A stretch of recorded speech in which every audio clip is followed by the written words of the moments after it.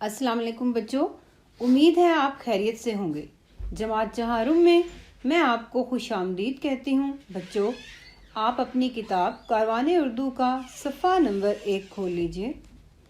آج ہم کاروان اردو سے نظم شکر تیرا خدایا پڑھیں گے، اور آپ نظم کی پڑھائی کے دوران بتائے گئے تمام مشکل الفاظ خط کشید کرتے جائیے گا تاکہ نظم کی پڑھائی میں آپ کو کوئی مشکل پیش نہ آئے۔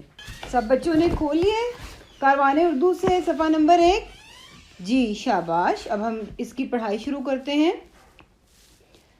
یہ دنیا میں جو کچھ نظر آ رہا ہے، یہ دنیا میں جو کچھ نظر آ رہا ہے، خدایا یہ تیرا بنایا ہوا ہے، خدایا یہ تیرا بنایا ہوا ہے۔ اب بیٹا خدایا کس کو کہتے ہیں؟ کسی کو معلوم ہے؟ جی شاباش، خدایا اللہ تعالیٰ کو کہتے ہیں، ٹھیک ہے؟ یعنی شاعر کہہ رہے ہیں کہ اس دنیا میں ہم جتنی نعمتیں دیکھ رہے ہیں، اللہ تعالیٰ کی بنائی ہوئی کائنات میں جتنی چیزیں دیکھ رہے ہیں، وہ سب کے سب اللہ تعالیٰ نے پیدا کی ہیں، یعنی اس جہان کو، اس دنیا کو اللہ تعالیٰ نے بنایا ہے۔ زمین آسماں بھی ہے تو نے بنائے، ہمارے لیے 100 طرح سے سجائے۔ زمین آسماں، اب بیٹا غور کریں، زمین آسماں دونوں کیسے لفظ ہیں ایک دوسرے کے؟ کوئی بتائے گا کہ کیا ہے زمین اور آسمان میں کیا فرق؟ الٹ، شاباش، زمین آسمان ایک دوسرے کے الٹ لفظ ہیں، ٹھیک ہے؟ ضد بھی کہہ سکتے ہیں، متضاد بھی کہہ سکتے ہیں۔ تو نے بنائے، ہمارے لیے 100 طرح سے سجائے۔ 100 طرح سے سجائے یعنی کئی طریقوں سے اللہ تعالیٰ نے اس کائنات کو، اس دنیا کو سجایا ہے، ٹھیک ہے؟ اور بیٹا اب جو آگے اشعار پڑھیں گے اس میں آپ وہ دیکھیں گے کہ کن کن نعمتوں کو دے کر ہمیں اللہ تعالیٰ نے کس طرح سے اس دنیا کو سجایا ہے، ٹھیک ہے؟ پہاڑ اور دریا بھی تو نے بنائے، درخت اور پودے بھی تو نے اگائے۔ پہاڑ اور دریا یعنی پہاڑ، دریا، اس کائنات میں جتنی بھی نعمتیں اللہ تعالیٰ کی موجود ہیں وہ سب کی سب اللہ تعالیٰ نے ہمارے لیے پیدا کی ہیں۔ بے شک وہ درخت ہوں، پودے ہوں، پھل ہوں، پھول ہوں، کچھ بھی ہو، سب کی سب چیزیں، سب کی سب نعمتیں اللہ تعالیٰ کی پیدا کردہ ہیں۔ درختوں پہ پھل پھول تو نے لگائے، جو سارے ہمارے بڑے کام آئے۔ درختوں پہ پھل پھول، بیٹا درخت اللہ تعالیٰ نے ہمارے لیے پیدا کیے ہیں، ٹھیک ہے؟ جہاں بہت ساری نعمتیں پیدا کی ہیں وہاں پر درخت پیدا کیے اور پھل بھی پیدا کیے۔ درخت کچھ آپ نے دیکھا ہے، کچھ خالی پتے والے ہوتے ہیں اور کچھ درختوں کے اوپر پھل بھی لگے ہوتے ہیں۔ اللہ تعالیٰ نے اس کائنات کو مزید خوبصورت اور حسین بنانے کے لیے ان درختوں پر میٹھے، خوش ذائقہ، طرح طرح کے رنگوں کے پھل لگا دیے، جس سے یہ کائنات اور خوبصورت نظر آتی ہے، اور جب ہم ان پھلوں کو کھاتے ہیں تو کیا ہوتا ہے؟ ہمیں بہت زیادہ خوشی محسوس ہوتی ہے۔ اور بیٹا کچھ درختوں پر پھول ہوتے ہیں، ٹھیک ہے؟ پھول جو ہیں وہ تو ویسے ہی ماحول کو بہت خوبصورت بناتے ہیں۔ ہم جس ماحول میں رہتے ہیں اگر ادھر پھول ہوں تو ہمیں کیسا لگتا ہے؟ اچھا لگتا ہے نا؟ جی بالکل۔ تو اللہ تعالیٰ نے اس کائنات کو خوبصورت بنانے کے لیے بہت سارے پھل پھول پیدا کیے ہیں، جو سارے ہمارے بڑے کام آئے۔ ظاہر ہے پھل ہم کھاتے ہیں اور پھول جو ہے وہ ماحول کو خوبصورت بناتے ہیں، ٹھیک ہے بچوں؟ یہ 4 اشعار کی ہم لوگوں نے پڑھائی کی۔ اب آپ نے الفاظ جو میں آپ کو خط کشید کروا رہی ہوں وہ آپ نے خط کشید کرنے ہیں، اور پینسل اپنے ہاتھ میں رکھیے، میں لفظ بولتی جاؤں گی اور آپ خط کشید کرتے جائیے گا، ٹھیک ہے بچوں؟ پہلا لفظ ہے کچھ، دوسرا لفظ ہے نظر، لکھ لیا سب بچوں نے؟ شاباش۔ اب لکھیے خدایا، اس کے بعد تیرا، پھر آسماں، آسماں، سجائے، سجائے، اس کے بعد پہاڑ، پہاڑ کے بعد درخت، درخت کے بعد پودے۔ یہ لفظ کیا ہے؟ آپ کیسے بولتے ہیں اس کو؟ پودے نہیں کہنا، پودے نہیں ہوتا، پودے۔ کیا کہیں گے؟ پودے۔ پودے کو بھی خط کشید کر لیجئے، اور اگلا لفظ خط کشید کیجئے، اگائے، اگائے۔ اس کے بعد درختوں، درختوں، لگائے۔ سب بچوں نے خط کشید کر لی الفاظ؟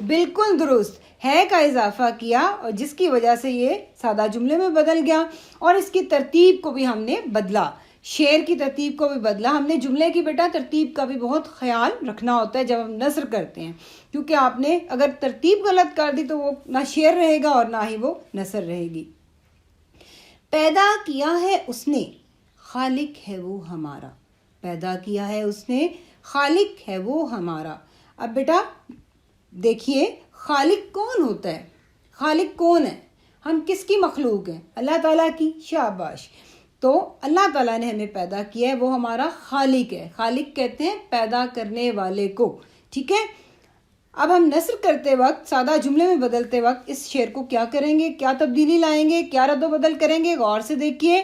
ہمیں اللہ نے پیدا کیا ہے، اب ہم نے اس شعر میں کیا ہم نے اس میں اضافہ کیا ہے؟ اوپر دیکھیں، اوپر شعر میں تو کہیں بھی ہمیں نہیں لکھا، ہمارا لکھا ہے، تو یہاں پر ہم نے کیا کیا، ہمیں لگا دیا، ہمیں اللہ نے پیدا کیا ہے، وہ ہمارا خالق ہے کو ہم آخر میں لے آئے اور علامت ختمہ لگا دیا، تو اس سے یہ کیا ہوا، شعر جو ہے وہ سادہ جملے میں بدل گیا۔ ٹھیک ہے بیٹا، آپ کو سمجھ آ رہی ہے میری بتائی ہوئی بات؟ کتنے بچوں کو؟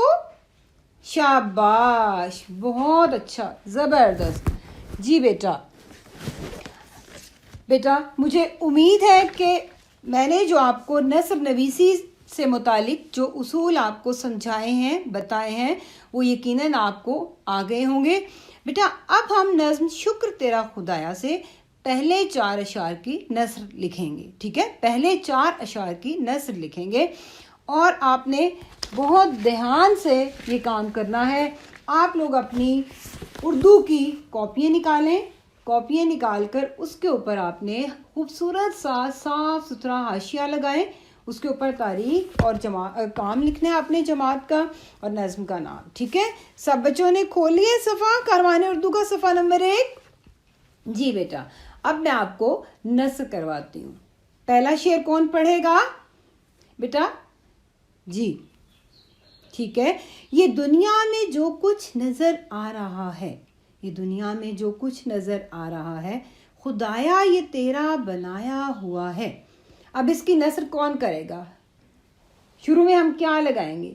شاباش، ان اصولوں کو ذہن میں رکھیے اور ان کو مد نظر رکھتے ہوئے آپ نے یہ نثر کرنی ہے، ٹھیک ہے۔